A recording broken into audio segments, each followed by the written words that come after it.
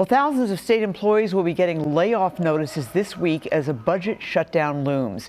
The new deadline for getting a balanced budget agreement is June 30th. If there is no agreement by then, there will be a state government shutdown. Joining me now is one of the key negotiators, one of the key leaders, DFL Senate Majority Leader Erin Murphy. Thanks so much for coming in. Thanks for having me. All right, how are the talks going?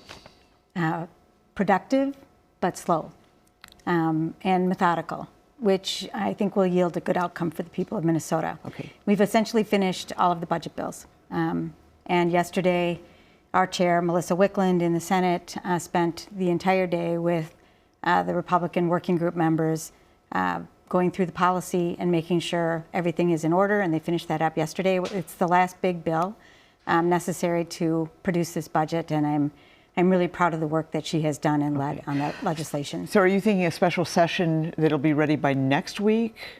Gosh, or even this week? We're hoping that it can be this week. I know everybody needs to give the revisers the time to draft the legislation. And they have to also be very methodical in making sure that there aren't errors, et cetera, in the legislation. So that always takes a little more time than any of us want. But we're hoping by the end of this week that we're in special session. Okay, in a few minutes, you'll hear my interview with Senator Tina Smith, but I'm talking to her about Medicaid cuts in the big, beautiful bill, as President Trump calls it. There are significant Medicaid cuts, and I was talking to you before the show. You said to me that if these cuts go through, you may have to start the whole budget process again. Can you please explain that? Because I can. That's a huge deal. I think of what the Congress is working on right now as a deadly bill.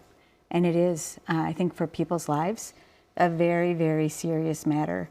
One of the reasons I'm so proud of Melissa Wickland and the legislature in this human services, but the Health and Human Services budget, is they are making sure that the parts of our system that care for people, our hospitals, our federally qualified health centers, our mental health providers, and our pharmacies are all getting additional resources in preparation for what might come.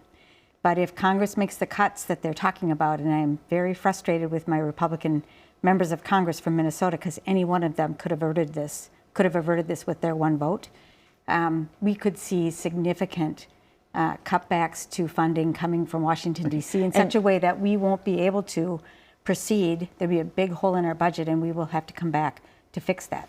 All right, and we should know by the end of July, presumably, is what they're saying.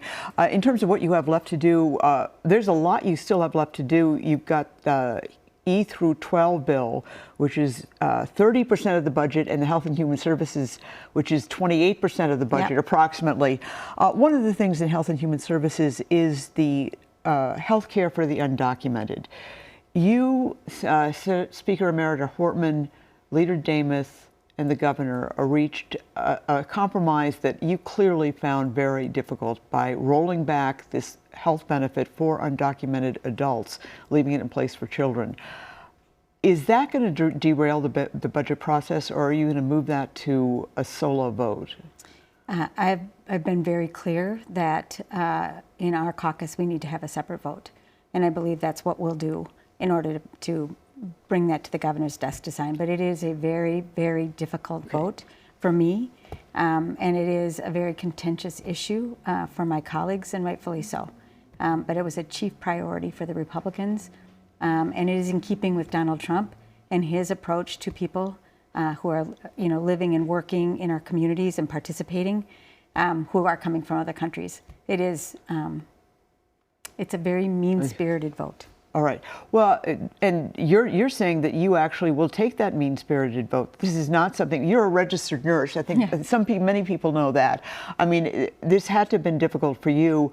Speaker Hortman has been quoted as saying she may be the only Democrat DFLer that votes for removing or rolling back this undocumented health care. You said to me you might be the only vote too, really, in the Senate. That's extraordinary. I anticipate that that would be the case. Okay. Overall, though, do you feel that most other things that you achieved in 2023 can stay in place, like paid sick and safe leave, paid family leave? That's huge, too. That's coming in 2026. So much of what we accomplished in 2023 has animated this negotiation, and You've heard a lot about paid family leave and earn sick and safe, but there are smaller provisions, things like non-competes, progress on greenhouse gases and transportation. There are a variety of workers' rights. There are a variety of things that we accomplished in 23 that are animating this budget discussion.